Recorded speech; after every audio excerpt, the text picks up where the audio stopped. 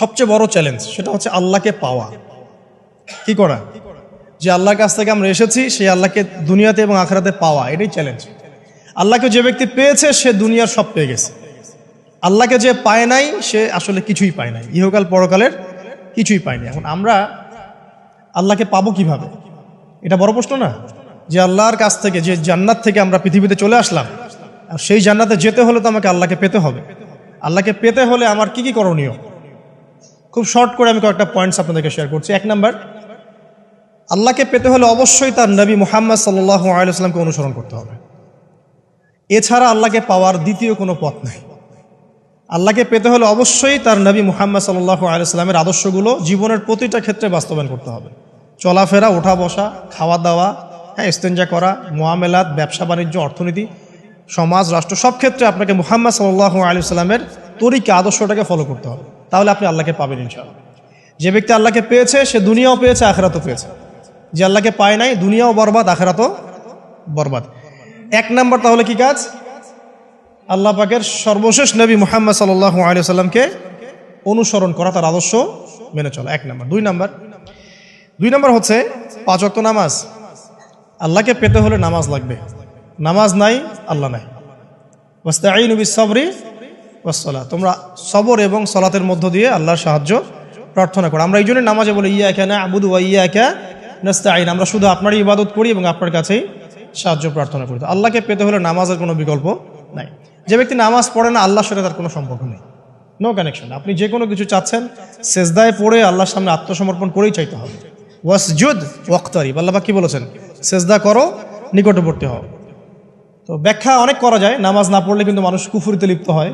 যে ব্যক্তি মান তারাকা সালাতান মুতাআম্মিদান ফাকাদ কাফারা, যে ব্যক্তি সালাতকে অস্বীকার করে, ফরজ নামাজকে অস্বীকার করে, সে ব্যক্তি কিন্তু কুফরিতে চলে যায়। ঠিক আছে? তারপরে বাইনা রাজুলি ওয়া বাইনা শিরকি ওয়াল কুফরি তারকুস সালাহ, একজন মুমিন বান্দা এবং অমুসলিমদের মধ্যে পার্থক্যই নামাজ। নামাজের বিষয়ে অনেক কথা আমি আগেও বলেছি, আপনারা শুনেছেন, অন্য আলেমদের কাছেও শুনেছেন। এক বাক্যে নামাজ না পড়লে ইসলামের রশিটা কেটে যাবে। মুআয বিন জাবালকে নবী সাল্লাল্লাহু আলাইহি ওয়াসাল্লাম বলেছেন যে যদি মান তারাকা সালাতান মুতাআম্মিদান, কেউ যদি সালাতকে ইচ্ছা করে ছেড়ে দেয়, ফাকাদ বারিআত মিন জিম্মাতিল্লাহ, সে ব্যক্তি আল্লাহর জিম্মেদারি থেকে মুক্ত হয়ে যাবে। তার উপর আল্লাহর কোনো জিম্মাদারি নাই, আল্লাহর নিরাপত্তা, জিম্মাদারি থেকে সে মুক্ত। তো 5 ওয়াক্ত নামাজ আল্লাহ পাক আমাদের সবাইকে জামাতের সাথে পড়ার তৌফিক দান করুন। এর পাশাপাশি নফল নামাজ বাড়িয়ে দেওয়ার তৌফিক দান করুন, এবং স্পেশালি তাহাজ্জুদের নামাজ যদি পারেন 2 রাকাত হলেও নিয়মিত তাহাজ্জুদের নামাজ পড়ার তৌফিক আল্লাহ পাক আমাদেরকে দান করুন। আর নামাজের বাহ্যিকতা নিয়ে এত বেশি ঝগড়ায় যাবেন না। এখন আমরা যত ঝগড়া নামাজের বাহ্যিকতা নিয়ে, হাত বাঁধা, রফুল ইয়াদাইন, আমিন আর পায়ে পা, এগুলো নিয়ে ঝগড়ার শেষ আছে? নাই। ইসলামের বিরোধী শক্তিরা হাত ভেঙে ফেলার পায়তারা করে ফেলেছে অলরেডি। হাতই না থাকলে আপনি বাঁধবেন কোথায়? মনে করেন আপনার হাতই নাই, বাঁধবেন কি উপরে না নিচে? তো এই হাত তো ভেঙে ফেলার পায়তারা করা হয়েছে। এখন আপনি পড়ে আছেন বাঁধার কোন জায়গায় বাঁধবেন সেটা নিয়ে, অথচ পুরো বৈশ্বিক চক্রান্ত মুসলিমদের বিরুদ্ধে হাতটাই ভেঙে ফেলে দিবে। তুই বাঁধবি কোথায় হাত? তারপর দেখব। এটা আমরা বুঝতে পারি না। এটা বোঝার জন্য যে জ্ঞান, ইলম, নূর দরকার, তা তো নাই আমাদের মধ্যে। এই জন্য আপোষের ঝগড়া নিয়ে পড়ে আছে। যে ছোটোখাটো যে ইখতিলাফি মাসআলাগুলো চলে আসছে দীর্ঘদিন থেকে, এগুলোর কোনো সমাধানে আসতে পারবে না কিন্তু কেউ। পক্ষে বিপক্ষে কথা চলতেই থাকবে কিয়ামত পর্যন্ত, ওইগুলো নিয়ে আমরা ব্যস্ত আছি। তো আমি রিকোয়েস্ট করব, নামাজের আধ্যাত্মিকত্বের দিকে ফোকাস করেন। নামাজের আধ্যাত্মিকত্ব কি? আপনি আল্লাহর সামনে দাঁড়িয়েছেন, দুনিয়ার সাথে এখন আপনার কোনো সম্পর্ক নেই, আপনি এবং আল্লাহ, মাঝখানে কিছু নাই। নামাজে যা পড়ছেন, সূরা ফাতিহা, অন্যান্য সূরা, রুকু, তাসবিহ, সিজদা, তাশাহুদ, দরুদ, অর্থ বোঝার চেষ্টা করেন এবং অর্থের দিকে ফোকাস করেন, আল্লাহকে পাবেন ইনশাআল্লাহ। সিজদায়, রুকুতে যখন যাচ্ছেন, আপনি চিন্তা করেন যে আপনি মহাবিশ্বের মহা শক্তিধর আল্লাহ রাব্বুল আলামিনের সামনে মাথা নত করেছেন। আপনি চিন্তা করেন যে আল্লাহ আপনাকে দেখছেন। এখন যখনই মানুষ নামাজে দাঁড়ায়, আল্লাহ পাক তার দিকে দৃষ্টি নিবদ্ধ করেন, এবং যখন মানুষ এদিক ওদিক তাকানো শুরু করে নামাজে, আল্লাহ পাক মুখ ঘুরিয়ে নেন। হ্যাঁ, নামাজে ওই যে আমরা যে ডিজিটাল নামাজ পড়ি না, এখন ডিজিটাল মানে 4 রাকাত নামাজ 4 মিনিটে শেষ। এক রুকু করলে সেজদা পাওয়া যায় না, সেজদার তাসবিহ পড়লে আবার এদিকে দেখা যায় যে দ্বিতীয় সেজদায় চলে গেছে অলরেডি ওঠার আগেই। অনেক ক্ষেত্রে ইমাম সাহেবরাও খুব দ্রুত নামাজ পড়ান, অনেক দ্রুত পড়ান। এত দ্রুত নামাজ পড়াবেন কেন? নামাজ জামাতে পড়লে সংক্ষিপ্ত করতে বলা হয়েছে, কিন্তু এত দ্রুত তো পড়তে বলা হয়নি। এখনও দেখবেন মক্কা মদিনায় গিয়ে নামাজ দেখবেন, মাশাআল্লাহ, নামাজটা তাদের মাশাআল্লাহ, এটার প্রশংসা না করলে হকাদা হবে না। নামাজটা অসাধারণ, ধীর স্থিরভাবে ফজরের নামাজ 20 মিনিট 15 মিনিট 20 মিনিট পড়াচ্ছে নামাজ, রিল্যাক্স। নামাজে দাঁড়ালে চমৎকার তেলাওয়াত হচ্ছে, আপনি ভুলে যাচ্ছেন নিজেকে। তেলাওয়াত হবে চমৎকার, এবং সবচেয়ে ভালো যিনি তেলাওয়াত করতে পারেন তাকে নামাজে দিতে হবে। রিল্যাক্সে নামাজ পড়বে। ক্ষেত্র বিশেষে আপনি শর্ট করতে পারেন, কিন্তু সব সময় কেন আমরা 4 রাকাত নামাজ 3 মিনিটে শেষ করে দিব? আবার নামাজের পর দোয়াটা হবে লম্বা, অথচ নামাজটাই ছিল দোয়া, নামাজটাই কিন্তু দোয়া। এখন সেজদায় আমরা যদি কান্নাকাটি করতে না শিখি, আল্লাহর সামনে আমি মাথা নত করেছি, এখানে নিজের মনের যত আবেগ আকুতি দোয়া এগুলো আল্লাহর সামনে ঢেলে না দিতে পারি, এই দোয়া কালাম না শিখি, তাহলে তো নামাজের আধ্যাত্মিকতা অর্জন হলো না। সাহাবীরা কেমন করে নামাজ পড়তেন যে নামাজ পড়ার পরেও তাদের গা থেকে তীর বের করা যায়? কিভাবে তারা নামাজ পড়তেন? তাহলে নবী সাল্লাল্লাহু আলাইহি ওয়াসাল্লাম কিভাবে নামাজ পড়তেন যে নামাজ পড়ার ফলে তার পা মোবারক ফুলে যাইত? 1 রাকাতে তিনি 4 পারা কোরআন তেলাওয়াত করতে পারলেন কিভাবে? তো তাদের নামাজ আর আমাদের নামাজ, আল্লাহ রাব্বুল আলামিন তার রাসূলের মাধ্যমে একটা হাদিসে জানিয়েছেন যে এমনও অনেক নামাজি আছে, নাউযুবিল্লাহ, আল্লাহ পাক আমাদেরকে তাদের অন্তর্ভুক্ত না করুন, যে নামাজ পড়ার পরে আল্লাহ রাব্বুল আলামিন এই নামাজটাকে ওই নামাজের মুখের উপর নিক্ষেপ করে দেয়, তোমার নামাজের আমার কোনো দরকার নেই। আল্লাহ পাক আমাদেরকে হেফাজত করুন। ধীর স্থিরভাবে পড়েন, রিল্যাক্সে, তাড়াহুড়ার কিচ্ছু নাই।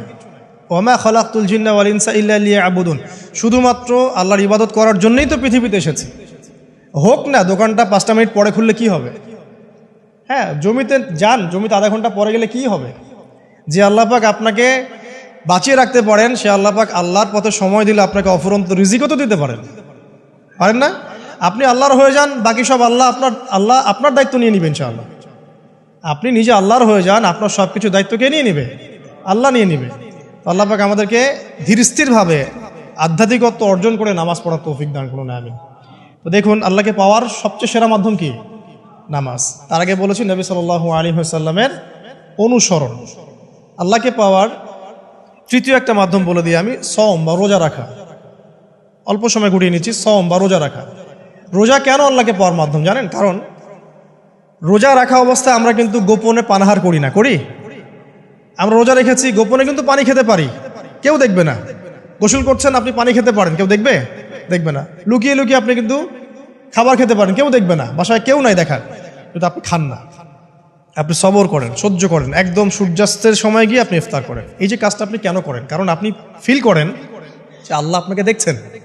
কেউ আপনাকে দেখুক না দেখুক, আল্লাহ আপনাকে দেখছেন। এটাই হচ্ছে ইহসান, এটাই হচ্ছে আল্লাহ পাকের মারিফতকে উপলব্ধি করা। আল্লাহ রাসূল সাল্লাল্লাহু আলাইহি ওয়াসাল্লাম বলেছেন, ইহসান হচ্ছে আন তা'বুদাল্লাহা কাআন্নাকা তারা, তুমি এমনভাবে আল্লাহর ইবাদত করবে যেন তুমি আল্লাহকে দেখছো।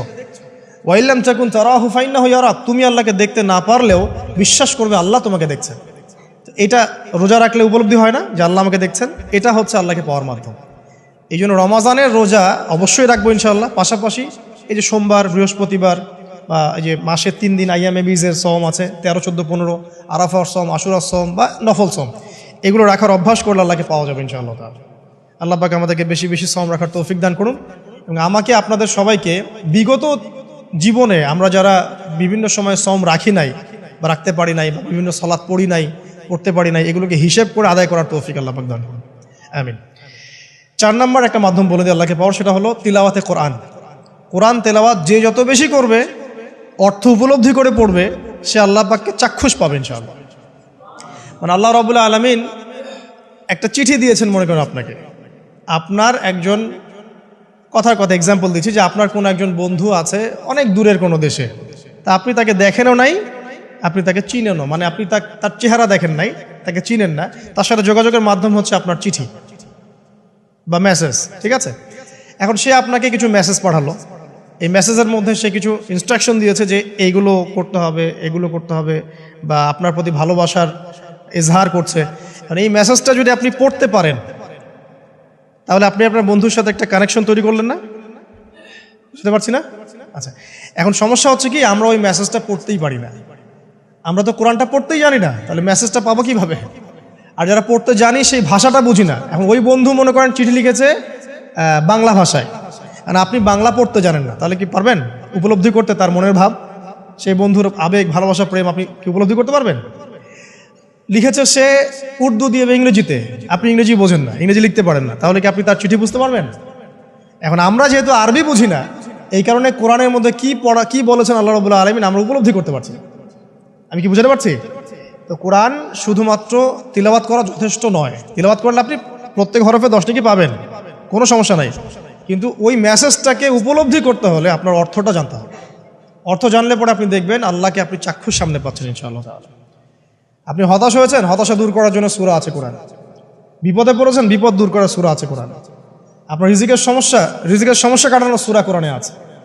কোনো হাজতের প্রয়োজন, সূরা ইয়াসিন, হাজতের সূরা চলে আসে। অসুস্থ হয়েছেন, শেফার সূরা কোরআনে আছে। বা কাউকে জিন টোনা করা হয়েছে, বান টোনা করা হয়েছে, ওর শেফাও কোরআনে আছে। এমন কোনো বিষয় নাই যেটা আল্লাহ রাব্বুল আলামিন কোরআনের মধ্যে নাজিল করেন নাই। ব্যবসা করতে চান, কোরআন কথা বলবে, ঠিক আছে? আপনি সামাজিক বিষয়ে ডিল করতে চান, সূরা হুজুরাত কথা বলবে। আপনি ইতিহাস ভালোবাসেন, কোরআনে ইতিহাস দিয়ে ভর্তি করা আছে। আপনি কাব্য ভালোবাসেন, কবিতা পড়তে ভালোবাসেন, কোরআনের মধ্যে কবিতা দিয়েও ভর্তি আছে। আর রহমান আল্লামাল কোরআন খালাকাল ইনসান, এখানে ছন্দ আছে না? প্রত্যেকটা ছন্দ। ওয়ান নাজমি ইযা হাওয়া মা দাল্লা সাহিবুকুম ওয়া মা গাওয়া ওয়া মা ইয়ানতিকু আনিল হাওয়া, ছন্দ আছে না? আপনি উপন্যাস ভালোবাসেন, কোরআনে অনেক উপন্যাস আছে। যা চান তাই পাবেন কোরআনে। এক কথায় আপনি আল্লাহকে পাবেন কোরআনের মধ্য দিয়ে। তো কোরআনের সাথে যার সম্পর্ক যত বেশি, আল্লাহর মারেফত সে তত বেশি পাবে ইনশাআল্লাহু আজ্জা ওয়া জাল। 4টা বলেছি না? 5 নম্বর হচ্ছে হজমরা করা। হজমরা আল্লাহ পাক আমাদের সবাইকে বেশি বেশি করার তৌফিক দেয়। হজ এবং ওমরা এমন কিছু কাজ আছে যে কাজগুলো সরাসরি আপনার সাথে আল্লাহ পাকে কানেকশন করা হবে। আরাফার মাঠে যাবেন, ওই মাঠে কি কিয়ামত হবে না? আল্লাহকে চিনতে পারবেন এখানেই। তারপরে যে সাই করেন না, সাফা মারওয়া সাই করে, ওখানে গেলে আপনি বুঝতে পারবেন যে কিভাবে ইসমাইল আলাইহিস সালামকে পানি দেওয়ার জন্য তার মা হাজরা এখানে দৌড়াদৌড়ি করেছে। বাইতুল্লাহ দেখবেন, আপনি চিনবেন যে আল্লাহর তাওহীদ কি জিনিস। চোখে দেখার সাথে সাথে আপনার ভিতরে এমন একটা ফিলিংস আসবে যেটা ভাষায় প্রকাশ করা যাবে না। চোখে দেখার সাথে সাথে এমন একটা ফিলিংস আসবে, আপনাকে আমি এটা ভাষায় প্রকাশ করে বোঝাতে পারবো না। আপনি জানবেন ইব্রাহিম আলাইহিস সালাম এবং তার ছেলে ইসমাইল আলাইহিস সালাম বাপ বেটা মিলে রাজমিস্ত্রির কাজ করেছে। এটা আপনি জামজাম কূপ দেখবেন, পানি পান করবেন, আল্লাহকে চিনতে পারবেন যে এই কূপ তো অলৌকিক। এই কূপের মতো কূপ নাই পৃথিবীতে, এর পানি কখনো শেষ হয় না, এবং এই পানি খেয়ে মানুষ বেঁচে থাকতে পারে, খাবারের দরকার হবে না। দীর্ঘদিন পর্যন্ত এই পানি খেয়ে মানুষ বেঁচে থাকতে পারবে, খাবারের প্রয়োজন হয় না। তো এই পানির মধ্যে এমন কিছু উপাদান আছে যেটা মানুষের শরীরের রোগগুলোকে শেফা দিয়ে দিবে ইনশাআল্লাহ তাআলা আল্লাহর হুকুমে। তো প্রত্যেকটা কাজে রাসূল সাল্লাল্লাহু আলাইহি ওয়াসাল্লাম শহরে গেছেন মদিনায়, ওই মদিনার বাতাসটা আপনাকে বলে দিবে যেটা এটা একটা অন্যরকম শহর, ঠিক আছে? রাসূল সাল্লাল্লাহু আলাইহি ওয়াসাল্লামের রওজায় যাবেন, সামনে দাঁড়াবেন, আপনি আল্লাহকে চিনতে পারবেন। আপনি আর পৃথিবীতে থাকবেন না, অন্য জগতে চলে যাবেন। ওই যে বাকিউল গারকাত আছে, সাহাবীদের কবরস্থান জান্নাতুল বাকি, ওখানে ঢুকবেন, আপনার কাছে মনে হবে যে পৃথিবীটা আসলে কিছুই না। পৃথিবীর সবচেয়ে সেরা মানুষগুলো এই মাটির নিচে শুয়ে আছে। ওখানে আপনাকে খুবই তুচ্ছ মনে হবে তাদের সামনে। এই যে মানে বিভিন্ন জায়গায় গিয়ে আল্লাহকে চিনতে পাওয়া, এটা সবচেয়ে ভালো হয় হজ এবং উমরাতে গিয়ে। আল্লাহ পাক আমাদেরকে তৌফিক এনায়েত করুন, আমিন। তো এটা একটা আল্লাহকে পাওয়ার নিদর্শন। যাদের হজ ফরজ হয়ে গেছে অবশ্যই হজ করে ফেলবেন, আর যাদের সামর্থ্য আছে তারা বেশি বেশি উমরা করবেন। নবী সাল্লাল্লাহু আলাইহি ওয়াসাল্লাম বলেছেন, এক হজ পরের হজের মধ্যে যত গুনাহ মাফ করিয়ে দেয়, এক উমরা পরের উমরার মধ্যে যত গুনাহ সেগুলোকে মাফ করিয়ে দেয়। আল্লাহ পাক আমাদেরকে এই আমলগুলো করার তৌফিক এনায়েত করুন। 6 নাম্বার বলছি জিকির। আল্লাহ পাকের জিকির বাড়াতে হবে। যে আল্লাহ পাকের জিকির যত বেশি করবে, সে আল্লাহ পাকের মারিফত তত বেশি উপলব্ধি করবে, আল্লাহকে পাবে ইনশাআল্লাহ। আর এই জিকির করার জন্য ওযুও শর্ত নয়, জানেন? আল্লাহর জিকির করার জন্য কিন্তু ওযু শর্ত নয়। আপনি মনে মনে চলতে ফিরতে অলওয়েজ সুবহানাল্লাহ, আলহামদুলিল্লাহ, আল্লাহু আকবার, লা ইলাহা ইল্লাল্লাহ, আস্তাগফিরুল্লাহ পড়তেই থাকতে পারেন। কষ্টের কিছু আছে? খালি জবান চলবে, খালি জবান চলবে। মাঠে কাজ করছেন, ওই যে লাঙল দিয়ে কাজ করছেন, সেচ দিচ্ছেন, আপনি পড়তে থাকবেন আস্তাগফিরুল্লাহ ওয়া আতুবু ইলাইহি, লা হাওলা ওয়ালা কুওয়াতা ইল্লা বিল্লাহ, সুবহানাল্লাহ, আলহামদুলিল্লাহ, লা ইলাহা ইল্লাল্লাহ, আল্লাহু আকবার। কোনো সমস্যা? কোনো সমস্যা নেই। রান্না বান্না করছে মেয়েরা, এটা করতে করতে পড়তে পারবে না? গাড়ি ড্রাইভ করছেন, ড্রাইভ করতে করতে আপনি পড়তে পারবেন লা ইলাহা ইল্লাল্লাহ ওয়াহদাহু লা শারীকা লাহু, লাহুল মুলক ওয়া লাহুল হামদ ওয়া হুয়া আলা কুল্লি শাইইন কাদির। যে কোনো কাজ করতে করতেই ইল্লাল ইস্তিনজা, ইস্তিনজা বাদ দিয়ে। ইস্তিনজা কি জিনিস? প্রসাব পায়খানা। এই সময় এগুলো মুখ দিয়ে বলবেন না, দরকার নাই। আপনি এখানে এরপরে যে সময়গুলো আছে এগুলোতে আপনি জিকির বাড়াবেন। যে যত বেশি জিকির করবে তার কলব তত বেশি পরিচ্ছন্ন হবে।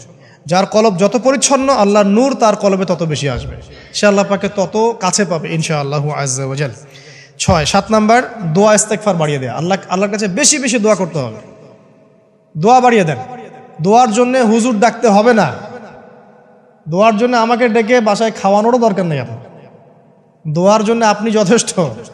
নামাজে দাঁড়ান, নামাজে সেজদায় দোয়া করেন, নফল নামাজ পড়েন, নফল নামাজে সেজদায় দোয়া করেন, নামাজের পরে হাত তুলে দোয়া করেন, প্রয়োজনে নামাজে সালাম ফেরানোর আগে দোয়া করেন, যে কোনো ভালো কাজ করেছেন তারপর দোয়া করেন, ঠিক আছে? কোরআন তেলাওয়াত করলেন, দোয়া করেন, তাহাজ্জুদের ওয়াক্তে দোয়া করেন, বৃষ্টি পড়ছে তখন দোয়া করেন, ঠিক আছে? মানে দোয়া কবুলের মোমেন্ট, সময়গুলো, আজান হয়েছে, আজান ইকামতের মাঝখানে দোয়া করেন, এই যে এখন খুতবা হচ্ছে এই সময় দোয়া করেন, দোয়া কবুল হবে।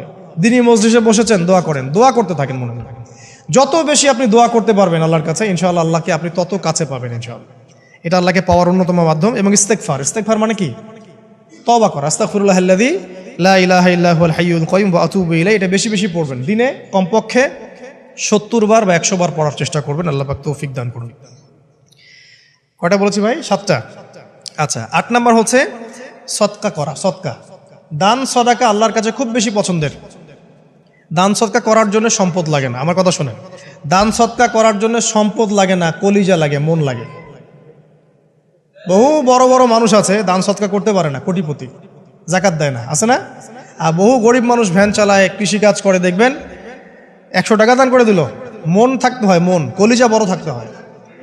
তো যাদের কলিজা বড়, মন বড়, তারা দান সদকা করতে পারবে ইনশাআল্লাহ। আর যার মন বড়, সেখানেই তো আল্লাহ নূর আসবে। সংক্ষিপ্ত মনে সংকীর্ণ মন, আল্লাহ নূর কোত্থেকে আসবে? কথা বুঝতে পারেন নাই? তো দান সদকা বাড়ান। আপনি 1 টাকা দান করেন, 5 টাকা দান করেন, হালাল রিজিক থেকে 1 টাকা দান করেন, সেটা আল্লাহর কাছে অনেক বেশি পছন্দের। একটা হাদিসে নবী সাল্লাল্লাহু আলাইহি ওয়াসাল্লাম বলেছেন, হালাল উপার্জন থেকে আল্লাহর বান্দারা যখন একটা খেজুরও দান করে, আল্লাহ পাক সেই একটা খেজুরকে আস্তে আস্তে বড় করতে থাকেন, বড় করতে থাকেন, বড় করতে থাকেন। এটা এক পর্যায়ে পাহাড়ের সমান হয়ে যায়।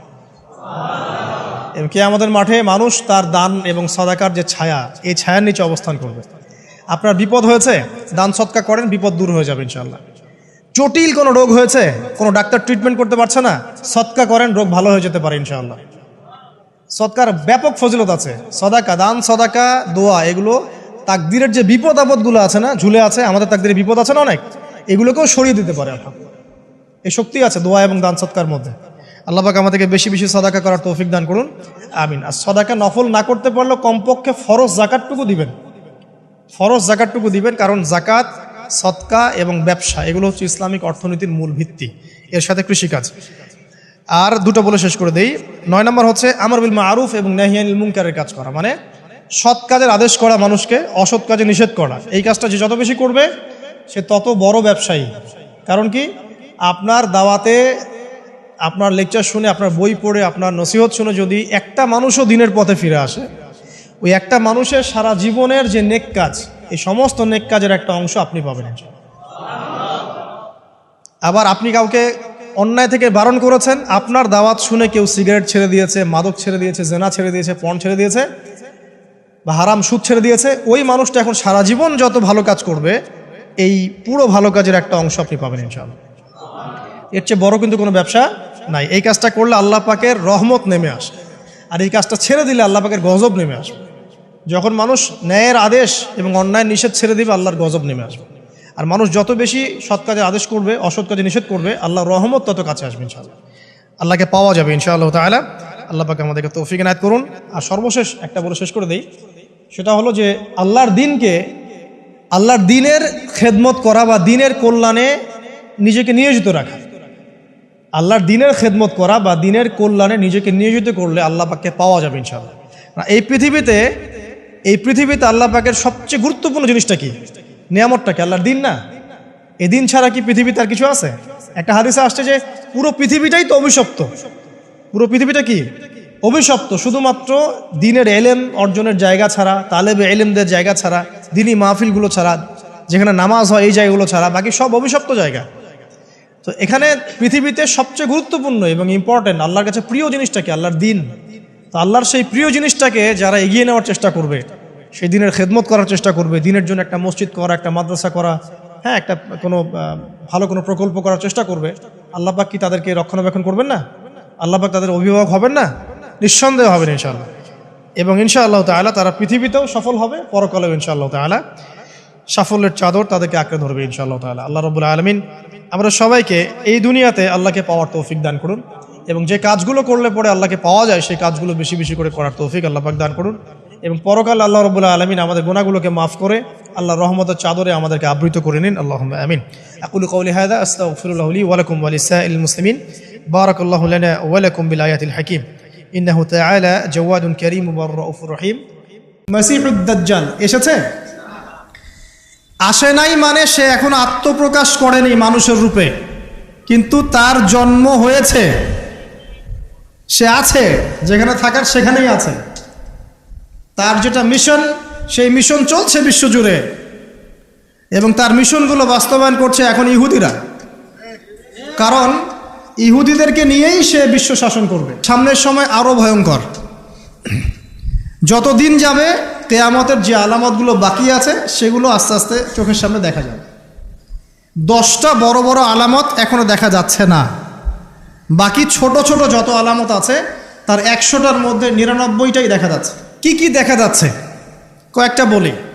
উঁচু উঁচু বিল্ডিং দেখা যায়, উঁচু উঁচু বিল্ডিংয়ের প্রতিযোগিতা দেখা যায়। সমাজের নিম্ন শ্রেণীর মানুষ, রাখাল শ্রেণীর মানুষ উঁচু উঁচু অট্টালিকা নির্মাণের প্রতিযোগিতা করছে দেখা যায়। সমাজের ম্যাক্সিমাম মানুষ এখন সুদ খাচ্ছে দেখা যাচ্ছে। ছেলেরা মেয়েদের পোশাক পরছে, মেয়েরা ছেলেদের পোশাক পরছে দেখা যায়। আচ্ছা, সমাজে মেয়েদের সংখ্যা বাড়ছে, ছেলেদের সংখ্যা কমছে দেখা যাচ্ছে। বেশি থেকে বেশি আল্লাহ পাকের গজব আসছে, আসমানি গজব, জমিনের বালা, বন্যা বলেন, ভূমিধস বলেন, ভূমিকম্প বলেন, জলোচ্ছ্বাস বলেন, দিন দিন বাড়ছে না কমছে? বাড়ছে। মুসলিমদের উপর অমুসলিমদের অত্যাচার বাড়ছে না কমছে? মুসলিম উম্মার বিভক্তি বাড়ছে না কমছে? বাড়ছে। মানুষ আলেম, বড় বড় ওলামায়ে কেরাম যারা আছে তাদের ইন্তেকাল বেশি হচ্ছে না কম হচ্ছে? ওলামায়ে কেরাম যারা বড় বড় আলেম ওলামা তারা আস্তে আস্তে চলে যাচ্ছেন না? মানুষ অনেক জাহেলকে আলেম মনে করছে না? হ্যাঁ, এমনও কিছু মানুষ মুসলিম সমাজে দিন প্রচার করছে যাদের ফ্রেঞ্চ কাট দাড়ি। আস্তে আস্তে আস্তে আস্তে দেখেন নাই, এমন অনেক মানুষ দিন প্রচার করছে ইসলামে, দাড়ি ফ্রেঞ্চ কাট, মাশাআল্লাহ। এবং সে বলছে যে দাড়ি টুপি পাগড়ির মধ্যে ইসলামকে সীমাবদ্ধ করে ফেলেছেন, এই জন্যে প্রতিবাদ স্বরূপ সে নিজে আর লম্বা দাড়ি রাখবে না। কি বুঝলেন? আপনারা দাড়ি টুপি এবং পাগড়ি জুব্বার মধ্যে ইসলামকে সীমাবদ্ধ করে ফেলেছেন, এই কারণে সে নিজে আর দাড়ি রাখবে না, ইসলাম প্রচার করে বেড়াচ্ছে। মানুষ ওদের পেছনে ছুটছেও। দেখলাম নারী একজন মহিলা ওয়াজ মাহফিলের স্টেজে উঠে বক্তব্য দিচ্ছে। তো এই যে সাইন যে আলেমদের মৃত্যু হবে, জাহেলদেরকে মানুষ আলেম মনে করবে, মেয়েদের সংখ্যা বাড়বে, ছেলেদের সংখ্যা কমবে, ছেলেরা মেয়েদের পোশাক পরবে, মেয়েরা ছেলেদের পোশাক পরবে, এগুলো দেখতে পাচ্ছেন না? দেখতে পাচ্ছেন। সময় সংক্ষিপ্ত হয়ে আসছে না? নবীজি বলেছেন একটা বছর চলে যাবে একটা কিসের মতো?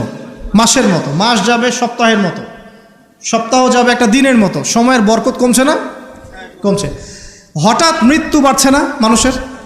হঠাৎ মৃত্যু যাচ্ছে, অ্যাক্সিডেন্ট, মরে গেল হঠাৎ। ছোট ছোট বাচ্চা যারা আছে, এই বাচ্চাদের সাথে যৌন সম্পর্ক বাড়ছে না? বাচ্চা থেকে ধর্ষণ বাড়ছে না? সমাজে এমনি নর্মালি জেনার ধর্ষণ বাড়ছে না? পরিবারের ভাঙনগুলো হচ্ছে না বেশি? ভাঙন বাড়ছে না? পরকীয়া বাড়ছে না? এই যে ভাইয়ে ভাইয়ে দ্বন্দ্ব, সম্পত্তির জন্য বাবার সাথে ছেলের দ্বন্দ্ব, মায়ের সাথে ছেলের দ্বন্দ্ব, প্রতিবেশী প্রতিবেশী খুনাখুনি, এগুলো বাড়ছে না কমছে? সব কিয়ামতের সাইন। আমানতদারিতা উঠে যাচ্ছে না? যে ব্যক্তি মিথ্যাবাদী তাকে সমাজে সত্যবাদী বলা হচ্ছে না? আর যে সত্যবাদী ওকে সমাজে মিথ্যাবাদী বলা হচ্ছে না? কোথায় আছেন? আপনি নিজেই পড়াশোনা করেন, দেখেন আলামত আর কতগুলো আলামত চান, সবগুলো আপনি চোখের সামনে দেখতে পারবেন। আজকে এটা টপিক না, নাহলে এটা নিয়ে আমি 2 ঘন্টা কথা বলতে পারবো ইনশাআল্লাহ। কিন্তু 10টা বড় বড় সাইন এখনো আসে নাই। কিরকম? 1, মাসীহুদ দাজ্জাল এসেছে, আসে নাই মানে সে এখন আত্মপ্রকাশ করেনি মানুষের রূপে, কিন্তু তার জন্ম হয়েছে, সে আছে, যেখানে থাকার সেখানেই আছে। তার যেটা মিশন, সেই মিশন চলছে বিশ্বজুড়ে এবং তার মিশনগুলো বাস্তবায়ন করছে এখন ইহুদিরা। কারণ ইহুদিদেরকে নিয়েই সে বিশ্ব শাসন করবে। যাদেরকে নিয়ে সে বিশ্ব শাসন করবে তারা দাজ্জালের মিশন ঠিকই বাস্তবায়ন করছে। দেখেন, দাজ্জাল কিন্তু পৃথিবীতে আছে। কোথায় আছে, তার মানে সে কোন গোত্রের হবে ইত্যাদি ইত্যাদি, তার দেহের গঠন কেমন হবে, চুল কেমন হবে, চোখ কেমন হবে, সব কিছু হাদিসে বলা আছে। মাসিহুদ দাজ্জাল নিয়ে আমি আলাদা একটা খুতবা বা লেকচার ইনশাল্লাহ দিব। কিছু মানুষ আছে দেখলাম দাজ্জাল কোথা থেকে বের হবে এই নিয়ে খুব আলোচনা। আমি বলেছি অনেক দিন আগের একটা লেকচারে যে দাজ্জাল জেরুজালেম থেকে বিশ্ব শাসন করবে। 5 বছর আগেও এই কথা বলেছি, ইনশাল্লাহ জীবনের শেষ পর্যন্ত এই কথা বলবো। দাজ্জাল জেরুজালেম থেকে সারা বিশ্ব শাসন করবে। এখন সে খুব লেখা লিখছে না, এখানে খোরাসানের কথা এসেছে, এখানে ইস্পাহানের কথা এসেছে, ইত্যাদি ইত্যাদি। তো পণ্ডিত মশাইকে একটা কথা বলতে চাই, দাজ্জাল কোথা থেকে বের হবেন এই কথাটা আমি বেশি জানি, আপনি বেশি জানেন, না নবী মুহাম্মদ সাল্লাল্লাহু আলাইহি ওয়াসাল্লাম বেশি জানেন? বলেন কে বেশি জানেন? আচ্ছা, দাজ্জাল মক্কা মদিনায় ঢুকতে পারবে? পারবে না। আচ্ছা, দাজ্জাল মক্কা মদিনায় ঢুকতে পারবে না। দাজ্জাল কোত্থেকে বের হবেন সেটা আমাদের নবীজি সবচেয়ে বেশি ভালো জানেন, এই তো। তারপরেও নবী সাল্লাল্লাহু আলাইহি ওয়াসাল্লাম ইবনে সাইয়্যিদ নামক একজন ব্যক্তিকে মদিনায় মসিহুদ দাজ্জাল মনে করতেন এবং অনেক সাহাবী তাকে মসিহুদ দাজ্জাল মনে করতেন। সহিহ মুসলিমে অনেকগুলো হাদিস আছে, পড়ে দেখেন যে নবী সাল্লাল্লাহু আলাইহি ওয়াসাল্লাম ইবনে সাইয়্যিদকে ইনভেস্টিগেট করছেন আড়াল থেকে। ইবনে সাইয়্যিদকে ডেকে বলছেন যে তুমি কি দেখো? সে বলছে যে আমি তো সিংহাসন দেখি। তো নবীজি বলছেন তোমার সিংহাসন কোথায়? সে বলছে সিংহাসন সমুদ্রের উপরে। তখন নবীজি বলছেন তুমি তো শয়তানকে দেখেছ, তুমি শয়তানকে দেখেছ। এরপরে নবীজি বলছেন তুমি কি বিশ্বাস করো যে আমি মুহাম্মদ শেষ নবী? ইবনে সাইয়্যিদ বলছে আপনি কি বিশ্বাস করেন যে আমি নবী? কথা বুঝতে পারছেন? কথা বুঝতে পারছেন না? নবীজি মনের মধ্যে একটা শব্দ গোপন করলেন। শব্দটা ছিল দুখান। কি নাম? সূরা দুখান আছে না? দুখান। দুখান শব্দটা মনের মধ্যে গোপন করে ইবনে সাইয়্যিদকে বলছেন যে বলো দেখি আমি মনের মধ্যে কি শব্দ গোপন করে রেখেছি। তখন ইবনে সাইয়্যিদ কি বলল জানেন? বলল দুখ। দুখ রহস্যময় ক্যারেক্টার না একটা? ওমর রাদিয়াল্লাহু আনহু বলছেন যে ইয়া রাসূলুল্লাহ আপনি আমাকে অনুমতি দেন, এর গর্দানটা আমি উড়াই দিই। তখন নবী সাল্লাল্লাহু আলাইহি ওয়াসাল্লাম বলছেন যে না, যদি সে, শোনেন স্টেটমেন্টটা শোনেন, যদি ইবনে সাইয়্যিদ সত্যি দাজ্জাল হয়ে থাকে তাহলে তুমি তাকে হত্যা করতে পারবে না, কারণ তার হত্যা লেখা আছে ঈসা আলাইহিস সালামের হাতে। ঠিক আছে? আর যদি সে দাজ্জাল না হয়ে থাকে তাহলে নিরপরাধ ব্যক্তিকে হত্যা করার মধ্যে কোনো সার্থকতা নাই। এই যে যদি সে দাজ্জাল হয়ে থাকে, এই চান্সটা নবী সাল্লাল্লাহু আলাইহি ওয়াসাল্লাম কেন নেবেন? অথচ ঘটনাটা মদিনার, যে মদিনায় দাজ্জাল ঢুকতে পারবে না। ব্যাপারটা কি রহস্যময় নয়? এত সহজেই দাজ্জালের কনসেপ্ট নিয়ে এত আলোচনা করা যায় না। 2-4টা হাদিসকে মিলালেই সব কিছুর কনক্লুশন আসে না। দাজ্জালের খুরুজ একটা জিনিস, ওর জন্ম নিয়ে আর একটা জিনিস। সে পৃথিবীতে আছে, সৃষ্টির শুরু থেকেই আছে। স্বয়ং নূহ আলাইহিস সালাম যখন নবী ছিলেন তখন নূহ আলাইহিস সালামও তার কওমকে দাজ্জাল সম্পর্কে সতর্ক করেছেন। তো নূহ আলাইহিস সালামের যুগে সে কোথায় ছিল? এটা কি চিন্তার বিষয় নয়? আবার তামিম দাড়ি দেখে আসছেন দ্বীপের মধ্যে তাকে বাধা অবস্থায়। হাদিস আছে না? আছে। এখন একটা হাদিসের মধ্যে যে আছে যে দাজ্জাল ইরাক এবং শাম এর মাঝামাঝি একটা রাস্তা থেকে বের হয়ে আসবে, এটা একটা হাদিস। আরেকটাতে আছে ইস্পাহান থেকে বের হয়ে আসবে। ইস্পাহান কিন্তু এখন ইরানের মধ্যে, ঠিক আছে? আরেকটা হাদিসে আছে খোরাসান থেকে বের হয়ে আসবে। আপনি কিভাবে মেলাবেন? আবার নবীজি এখানে মদিনার মধ্যে ইবনে সাইয়্যিদকে বলছেন যে ওমর সে যদি দাজ্জাল হয়ে থাকে তুমি তাকে মারতে পারবে না। ব্যাপারটা কি রহস্যজনক না? অনেক চেইন মিলাতে হবে এখানে, একটা দুটা হাদিস দিয়ে আমি কনক্লুশন আসতে পারবো না। আরেকটা বিষয় বলি, ওই যে শাম এবং ইরাকের মাঝখানের রাস্তার কথা আসছে, এই জায়গাটা এখন ইসরায়েলের আন্ডারে পড়েছে। অথচ যেই সময় হাদিসটা বলা হচ্ছিল তখন কিন্তু ইসরায়েল রাষ্ট্রের অস্তিত্ব ছিল না। যখন দাজ্জাল সংক্রান্ত এই শাম ইরাকের হাদিস বলা হচ্ছে তখন ইসরায়েল রাষ্ট্রের জন্মও হয় নাই। এর জন্ম তো হয়েছে 1914 সালে, 17 সালে, 45 সালের দিকে এসে। তাহলে ওই যে ইস্পাহান খোরাসান যেগুলো বলছেন, এমনও হতে পারে অদূর ভবিষ্যতে ইসরায়েল ওই জায়গাগুলো দখল করে ফেলবে, হতেই পারে। সিরিয়ার ওই উপত্যকা কি ইসরায়েলের ছিল আগে? মিশরের গোলান ওদের ছিল আগে? আস্তে আস্তে তারা এক্সটেন্ড করেছে। এত সহজে একটা হাদিস যে একটা কনক্লুশনে এসে অনলাইন ধুয়ে দেওয়ার মধ্যে কোনো সার্থকতা নাই। তো এই মুফতি সাহেব বা ওনাকে জিজ্ঞাসা করেন দাজ্জালের পণ্ডিতকে, তাহলে খোরাসান থেকে যদি দাজ্জাল বের হবে আর ইস্পাহান থেকে বের হবে, তাহলে মদিনায় নবী সাল্লাল্লাহু আলাইহি ওয়াসাল্লাম ইবনে সাইয়্যদকে কেন দাজ্জাল মনে করছেন? এই প্রশ্নের উত্তর আগে শুনে আসতে পারেন, এর কি উত্তর দেয়। এটা নিয়ে আরও ডিটেলস কথা আছে, আমি বললাম যে একটা দুইটা হাদিস দিয়ে এগুলো আমি বোঝাতে পারবো না, আমার মিনিমাম 1 ঘন্টা সময় লাগবে। আল্লাহ পাক এই বিষয়গুলো নিয়ে আমাদেরকে গভীর গবেষণার তৌফিক দান করুন। এতটুকু জেনে রাখেন, সে এই বিশ্ব শাসন করবেই এবং 40 দিন সে বিশ্বটাকে ম্যাসাকার করবে। তার 1 হাতে জান্নাত 1 হাতে জাহান্নাম, মানে এটা সত্যিকারের জান্নাত জাহান্নাম নয়, এটা রূপক অর্থে, মানে যে তার আনুগত্য করবে সে তাকে প্রোগ্রেস দিবে, যে তার আনুগত্য করবে না ধ্বংস। সে যে বায়ুমণ্ডল, যে আকাশ নিয়ন্ত্রণ করবে, দুর্ভিক্ষ দিবে, সে যে মানুষকে সচ্ছলতা দিবে, এগুলো কিভাবে? এগুলো তার আনুগত্য এবং তার মানে বিরোধিতার মধ্য দিয়ে মানে পরিস্ফুটিত হবে আর কি। দাজ্জাল এমন একটা গাধার পিঠে সফর করবে যেটার কান হবে অনেক লম্বা। তো এই গাধা মানে কি সত্যিকারের গাধা? তাহলে গাধা কি আকাশে উড়বে? আর কিছু প্রোটেস্ট্যান্ট মার্কা মুসলিম আছে, এরা মনে করে না গাধা মানে সত্যিই গাধা। এমন গাধা আসবে যে গাধা চড়ে আকাশে সফর করা যায়। আসলে কি এখানে গাধা কি গাধাই বোঝানো হয়েছে? দাজ্জালের হাতে রুটির পাহাড় থাকবে। কিছু মানুষ মনে করে রুটির পাহাড় মানে আসলে রুটির পাহাড়।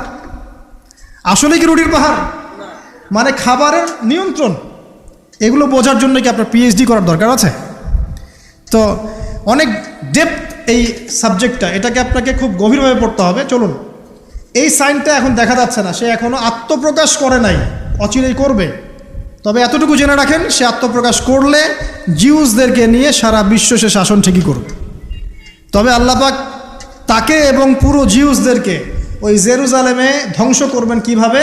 ঠিক যেভাবে আল্লাহ পাক ফেরাউন এবং তার দলবলকে ধ্বংস করেছেন লোহিত সাগরে। একই সুন্নাহ, সেম সুন্নাহ আল্লাহ পাক অ্যাপ্লাই করবেন। আল্লাহ পাক সবর করেছেন, ধৈর্য ধরেছেন, সবগুলাকে এক জায়গায় এনেছেন লোহিত সাগরে, তারপর 1 দিনের মধ্যে ফেরাউন আর তার দলবলকে ডুবিয়ে দেন। একই সুন্নাহ আল্লাহ পাক সবাইকে জেরুজালেমে একত্রিত করছেন, এক জায়গায় একত্রিত করছেন। ঈসা ইবনে মারিয়ামের হাতে, ইমামুল মাহদির হাতে এই সমস্ত জালেমদের পতন এক মুহূর্তেই হয়ে যাবে ইনশাআল্লাহ।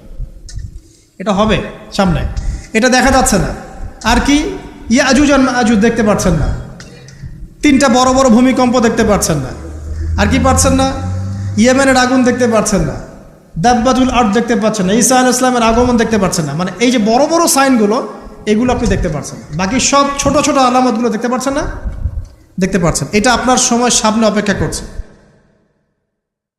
আলহামদুলিল্লাহ, যে আল্লাহ রাব্বুল আলামিন আমাদেরকে আসরের সালাতের পরে আবারও দিনের কিছু কথা শোনার জন্যে, জানার জন্য একত্রিত করেছেন। শুকরিয়া জানিয়ে বলি আলহামদুলিল্লাহ। আরও বেশি নেকি পেতে চাইলে বলি আলহামদুলিল্লাহ।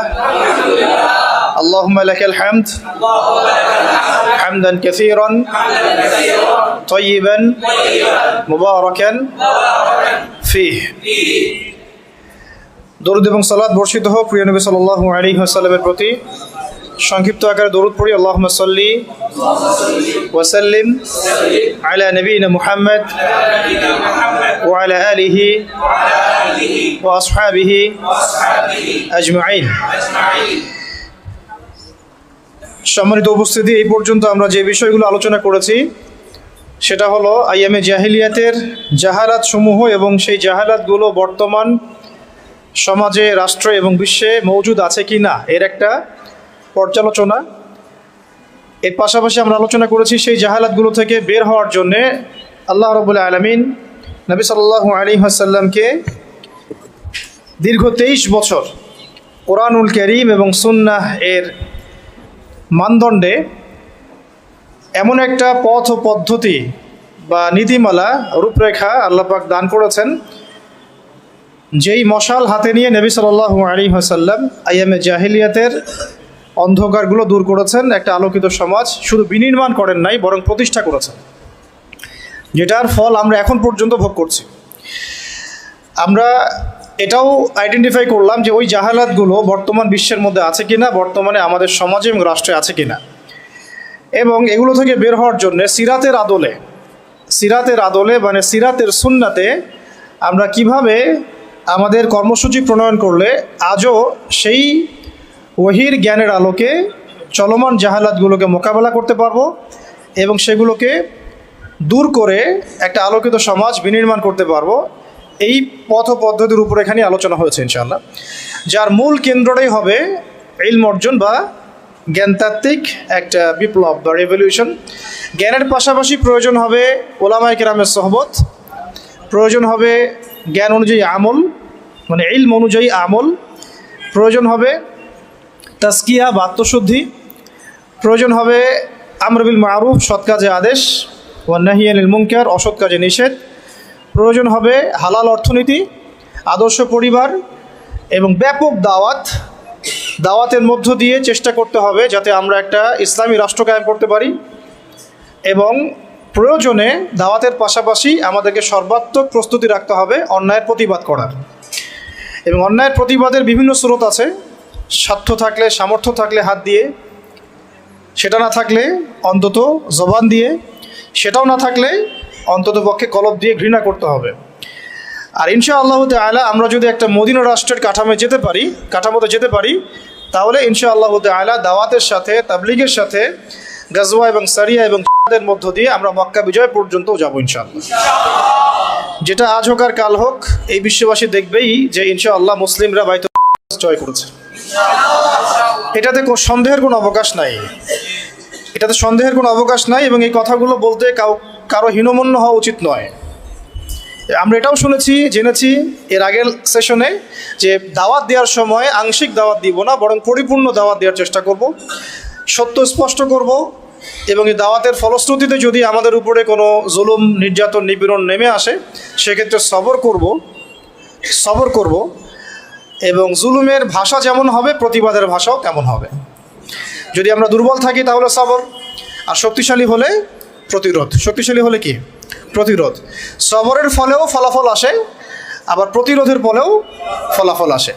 সবরের ফলে ফলাফল আসে এর প্রমাণ বিগত 15 বছর, আর প্রতিরোধের ফলে যে ফলাফল আসে এর প্রমাণ হচ্ছে বিগত জুলাই আন্দোলন, তাই না? সবরের ফলে যে ফলাফল আসে এর প্রমাণ হচ্ছে বিগত 15 বছর ওলামায়ে কেরামের সবর, দাওয়াত, তাবলীগ, মেহনত, জেল, গুম, কত কিছু, তাই না? এগুলো তো সবরের নিদর্শন। এই সময়গুলো আমাদেরকে সেই বেলাল রাদিয়াল্লাহু আনহুর কথা মনে করিয়ে দিচ্ছে, সুহাইব রুমি রাদিয়াল্লাহু আনহুর কথা মনে করিয়ে দিচ্ছে, তাই না? সুমাইয়া রাদিয়াল্লাহু আনহার কথা স্মরণ করিয়ে দিচ্ছে।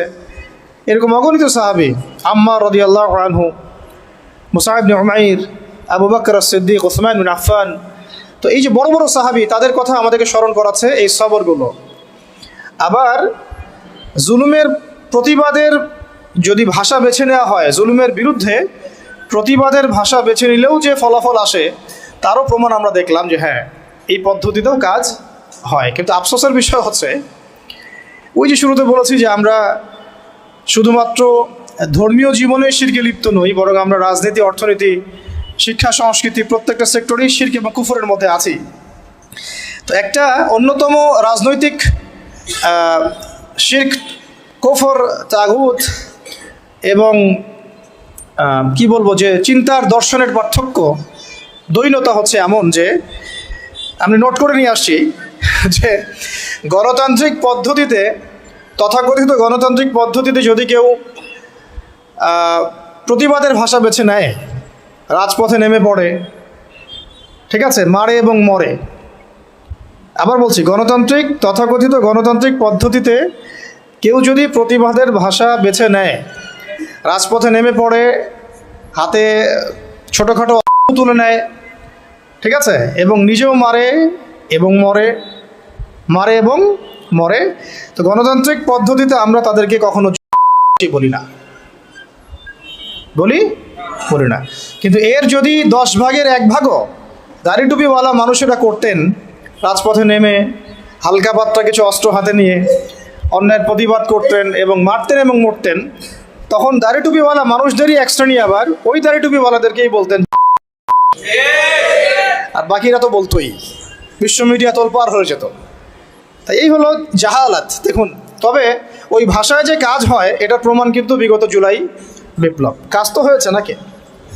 আমরা কিন্তু কেউ ছাত্র ভাইদের এই বিপ্লবকে সমালোচনা করছি না, তাদের এই অভ্যুত্থানের সমালোচনা কিন্তু আমরা কেউ করছি না। তাদেরকে কেউ কেউ বলেছে তারা তারা এই কাজটা যদি আমরা করতাম রাস্তায় নেমে তাহলে কি হতো?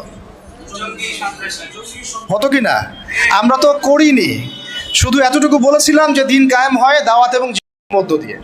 তাতেই তো এই শব্দগুলো যারা বলেছে তারা ওই বেলাল রাদিয়াল্লাহু আনহুর মতো স্যাক্রিফাইস করতে হয়েছে, সুমাইয়া রাদিয়াল্লাহু আনহার মতো শহীদ হতে হয়েছে, কারো কাঁধে 10টা 20টা 50টা মামলা ঝুলছে, ঠিক আছে, কাউকে 10 বছর 12 বছর 3 বছর 5 বছর জেলে পচে মরতে হলো। এখনও যে কত কি হচ্ছে এগুলো তো আমরা সবাই জানি। তো এই যে দেখুন বৈষম্য, তাই না, ন্যায় বিচারের বৈষম্য, সত্য গ্রহণের বৈষম্য, এই বৈষম্যগুলো দূর করতেও ইলমের দরকার। কিসের দরকার? এই যে অ্যান্সারটা আমি দিলাম, এই অ্যান্সারটা কিন্তু তারা কেউ উল্টাতে পারবে না ইনশাআল্লাহ। এটা এমন একটা দলিল আপনাদেরকে দিলাম, এই দলিলটা তারা কখনোই কিয়ামত পর্যন্ত উল্টে দিতে পারবে না ইনশাআল্লাহ, যে তারা সার্জিসদেরকে কখনো বলবে না।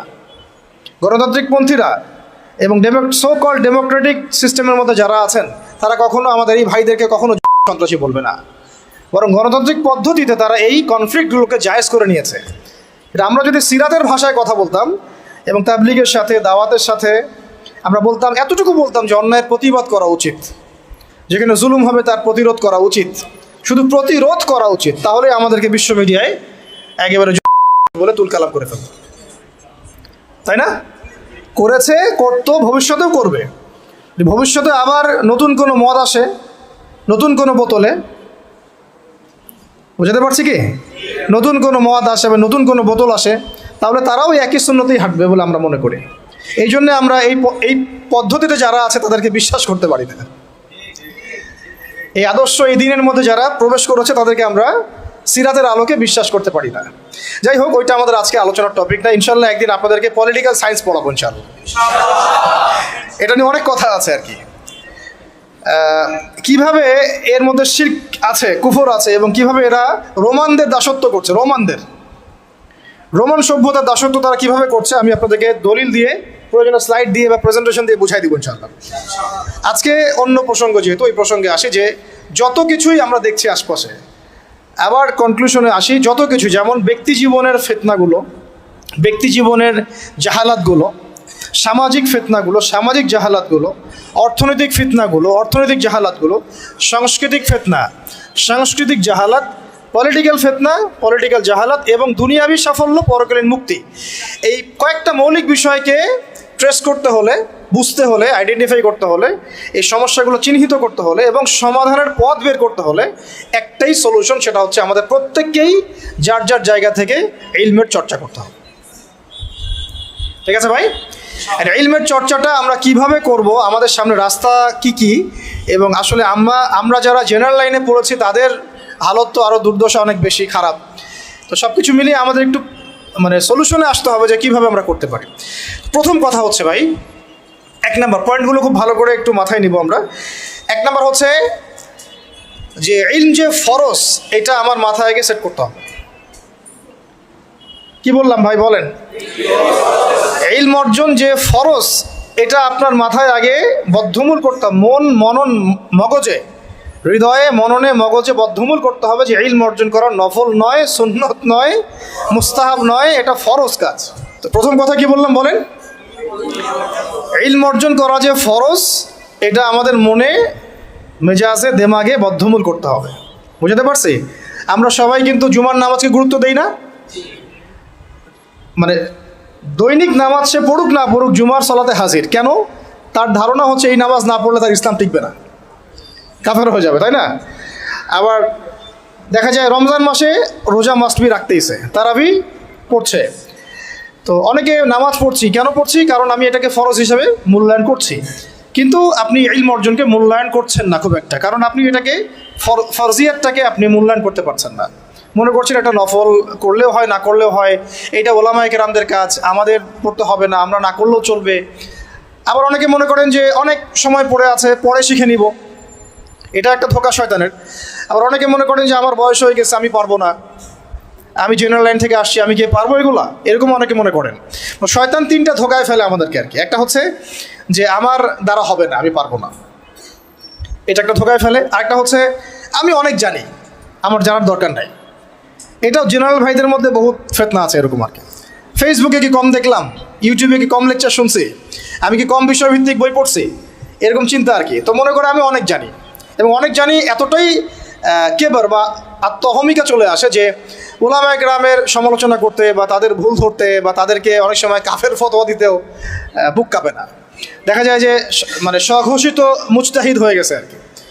মুজতাহিদ বুঝলেন কিনা, এটা ইস্তেহাদ করার যোগ্যতা সে অর্জন করে ফেলেছে বলে মনে করে, মানে সে নিজেকে স্কলার মনে করে, এক কথায় আপনাদের ভাষায় কি স্কলার মনে করে, কিন্তু সে কিন্তু কোনো মানে ক্লাসিক্যাল একাডেমিক পড়াশোনায় সে যায় নাই। তো এই তিনটা ফিতনায় আমরা জর্জরিত হই। একটা হলো আমি অনেক জানি, আমার জানার দরকার নাই। একটা হলো আমার দ্বারা হবে না, আমি পারবো না। আর একটা হচ্ছে অনেক সময় পড়ে আছে, পরে শিখে নেব। কি এমনটা হয় নাই? আচ্ছা, তাহলে সবার আগে আমাদেরকে যে বিষয়টার দিকে ফোকাস করতে হবে সেটা হলো ইলম অর্জন যে ফরজ, তালাবুল ইলমি ফরিদাতুন আলা কুল্লি মুসলিম, এটা আমার মগজের মধ্যে আগে বসাতে হবে। এটার ফরজিয়াত যদি আমি বুঝতে পারি তাহলে আমি প্রতিদিন অন্তত পক্ষে 1 ঘন্টা সময় তো দিতে পারবো ইনশাল্লাহ। অন্তত 1 ঘন্টা দিতে পারবো না ইনশাল্লাহ? ইনশাল্লাহ। এখন যখন ফরজ মনে করেছি তাহলে এখন খুঁজতে হবে যে আমার সামনে পথ পদ্ধতি কী। আর আমরা তো এর আগের সেশনে জানলাম যে ইলম অর্জন একা একা করা যাবে না। এটা ইন্নামাল ইলমু বিত্তাআল্লুম কথা একটা হাদিসের মধ্যে আছে, অনেক সালাফও বলেছেন যে ইলম অর্জনটা কিন্তু আপনাকে সোহবতে গিয়ে একেবারে আমরা যেটাকে নার্সিং করা কি বলি, আমরা বলি না যে আমরা বাচ্চাদেরকে নার্সিং করতেছি, তো এই নার্সিংয়ের মতোই ইলমটা শিখতে হয়। এটা এমন না যে জাস্ট কিতাব বাসায় নিয়ে গেলাম পড়লাম, ঠিক আছে, বা আমি একটা অডিও রেকর্ড শুনলাম, বা আমি একটা ভিডিও দেখলাম, একটা লেখা পড়লাম ফেসবুকে, কিছু ক্লিপ আসলো ফেসবুকে, ভিডিও ইউটিউবে আসলো, রিলস আসলো, এর মধ্য দিয়ে আমি আলেম হয়ে গেলাম। বিষয়টা কিন্তু এমন নয়, বরং এটা আরও ফিতনার জগৎ। এটাতে উপকার থাকতে পারে কিছু, কিন্তু অপকার অনেক অনেক বেশি। এবং উপকার অপকার ধরার মতো যে হিকমা বা প্রজ্ঞা বা বাসিরা, এটাও আমাদের কিন্তু বেশিরভাগের নাই। তাই আমরা যদি ওই জগতে ইলম খুঁজতে যাই তাহলে একটা মারাত্মক ভুল করব, তখন আমি নেক্সট শুরুতে ধোঁকা খাইতে পারি। তাই ইলম অর্জন করতে হবে ওলামায়ে কেরামের সোহবতে এবং তত্ত্বাবধানে, পরামর্শ নিয়ে, তাদের কাছে সিলেবাস করে নিয়ে এবং তাদের সাথে যোগাযোগ রেখে। এমন নয় যে বিষয়টা আপনার মাথার উপরে একজন ওস্তাদই থাকতে হবে, আপনি চাইলে 10 জন 15 জন 20 জন ওস্তাদও রাখতে পারেন। এক একটা সাবজেক্টের এক একজন ওস্তাদ থাকতে পারে। আবার যদি দেখা যায় এত অ্যাভেলেবিলিটি নাই, আমার এত ওস্তাদ আমি পাচ্ছি না, অন্তত তখন একজন রাখেন, এমন একজন ওস্তাদ রাখেন যাকে ওলামায়ে কেরাম শ্রদ্ধা করেন। এভাবে আপনি আলেম খুঁজতে পারবেন না যে কার ফলোয়ার বেশি, কার মানে মাহফিলে বেশি লোক হচ্ছে, ঠিক আছে, কার সেমিনারে বেশি লোক হচ্ছে। এটা আসলে হকার বাতিল বা সাহিবুল ইলম এবং কে সাহিবুল ইলম না, এটার মানদণ্ড নয়, ঠিক আছে। ইলম কার কাছে আছে এটা খুঁজতে হলে একটা সূত্র আমি বলে দিই, যেটা আমি ফলো করেছিলাম সারা জীবন, এবং আলহামদুলিল্লাহ আমি এখানে ভুল করি নাই, আল্লাহ পাক আমাকে ভুল করার নাই আলহামদুলিল্লাহ। সেটা হচ্ছে আমি অলওয়েজ দেখেছি যে সাধারণ মানুষ কার পিছনে ছোটে এটা আমি দেখিনি। আমরা দেখেছি সাধারণ মানুষ কার পিছনে ছোটে এটাকে আমরা গৌণ করেছি, বরং আমরা দেখেছি ওলামায়ে কেরাম কার পিছনে ছোটেন। বুঝতে পারলাম পার্থক্যটা? সাধারণ মানুষ কার পিছনে ছোটে এটা আমরা দেখিনি কখনোই, যেটা আপনারা দেখেন, অনেকেই দেখেন। আমরা দেখেছি ওলামায়ে কেরাম কার পিছনে ছোটেন। এটা যদি আপনি দেখতে পারেন, আপনি ইনশাআল্লাহ একেবারে সাহিবুল ইলম পর্যন্ত পৌঁছে যাবেন ইনশাআল্লাহ। বুঝতে পারছি? এটা এখন আপনার দায়িত্ব। আমি তো একটা দুইটা নাম বলে দিলে এটা আপনি বলবেন যে আমি তাকে পছন্দ করি না বা আমি তাকে হক মনে করি না। আমাদের তো আবার হক মনে করার মানদণ্ড অনেক রকম, অনেক সময় এটা আবার বিভিন্ন দলে দলে ভাগ হয়ে গেছে আর কি। যে আইডিওলজি বিলং করে তার বাইরে কাউকে হক মনে করতে চায় না। তো এটা আপনারা খুঁজে নেন, আল্লাহ পাক খোঁজার তৌফিক দান করেন। তো আমরা মূলনীতি জানলাম যে ইলম অর্জন করব এবং মুহাক্কিক বরেণ্য ওলামায়ে কেরামের সান্নিধ্যে এবং তাদের সহবতে। এখন তৃতীয় বিষয়টা লাগবে আমার একটা কনস্ট্রাকটিভ সিলেবাস। কি লাগবে? সিলেবাস। এখন এই সিলেবাসটা 6 মাসের 1 বছরের এমন না, এই সিলেবাসটা হচ্ছে পুরো লাইফ লং সিলেবাস। আমরা যারা মাস্টার্স পরীক্ষা দিয়েছি আমরা কত বছর পড়েছি ভাই? মিনিমাম 22-24 বছর। অন্তত 22-24 বছর যদি আমি দুনিয়াবি পড়াশোনার জন্য ব্যয় করি, অন্তত 12টা বছর তো আমার দিনই ইলম শেখার পেছনে ব্যয় করা উচিত। যদি 24টা বছর যদি আমি দুনিয়াবি জ্ঞান শেখার জন্য ব্যয় করতে পারি, অর্থ দিতে পারি, সময় দিতে পারি, শ্রম দিতে পারি, বাবার জমি বিক্রি করতে পারি, মেসে থাকতে পারি, ডাল ভাত খেয়ে থাকতে পারি, হ্যাঁ, বেড শেয়ার করে থাকতে পারি, ফ্লোরে ঘুমাইতে পারি, মশার কামড় খাইতে পারি, ওখানে জন্ডিস হয়ে যায় মানুষের, তাই না? বিষয়গুলো এর চেয়েও কঠিন হয়। কেউ কেউ বাসা থেকে টাকা চাইতে লজ্জা পান, প্রাইভেট পড়িয়ে খান, টিউশনে করিয়ে খান, তাই না? অনেক মেয়ে তো আমরা শুনেছি যে পড়াশোনার টাকা ম্যানেজ করতে গিয়ে দেহের ব্যবসাও করছে। নাউযুবিল্লাহি মিন যালিক। কত স্যাক্রিফাইস, হ্যাঁ, দুনিয়াবি জ্ঞানের জন্য কত স্যাক্রিফাইস। তো যাই হোক, দিনের জ্ঞান অর্জন করার জন্য অন্তত অর্ধেক তো করেন, 10টা বছর তো দেই।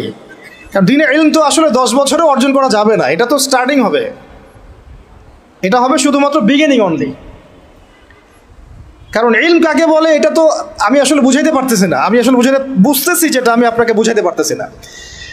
মুসা আলাইহিস সালাম এত বড় একজন রাসূল, যার উপরে তাওরাত নাজিল হয়েছে, তাই না? তিনি একদিন তো বলে ফেলেছিলেন যে আমার মনে হয় যে আমি সবচেয়ে বেশি জানি। তাকে প্রশ্ন করা হয়েছিল, আপনি কি সবচেয়ে জ্ঞানী মানুষ কিনা? আল্লাহ রাব্বুল আলামিন তো এই জায়গাটা ধরেছেন এবং খিদর আলাইহিস সালামের সন্ধান দিয়েছেন, না আমার একজন বান্দা আছে তোমার চেয়ে বেশি জানে। তখন তিনি তার সাথে দেখা করার জন্য সফর করেছেন। এই সফরটা খুব লম্বা ছিল, কষ্টের সফর ছিল। সফর করে তিনি যখন তাকে পেয়েছেন, ওই খিদর আলাইহিস সালামকে, তো খিদর আলাইহিস সালাম বলেছিলেন যে ইন্নাকা লান তাসতাতিআ মাইয়া সাবরা, আমার কাছে এমন জ্ঞান আছে আল্লাহর পক্ষ থেকে যেটা অর্জনের ব্যাপারে তুমি আমার সাথে ধৈর্য ধরতে পারবে না, তুমি মুসা আমার সাথে ধৈর্য ধরতে পারবে না।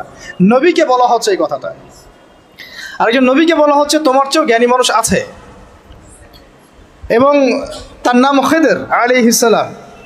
তার ব্যাপারে আল্লাহ পাক বলছেন ওয়া আল্লামনাহু মিন লাদুন্না ইলমা, আমি আল্লাহ তাকে আমার পক্ষ থেকে জ্ঞান শিক্ষা দিয়েছে। মানে আল্লাহ পাক তার পক্ষ থেকে তাকে জ্ঞান শিক্ষা দিয়েছেন। এবং তারা যখন ওই যে বোটে নৌকার করে সফর করছিলেন, তখন একটা পাখি এসে একটু পানি খেয়ে চলে যায়।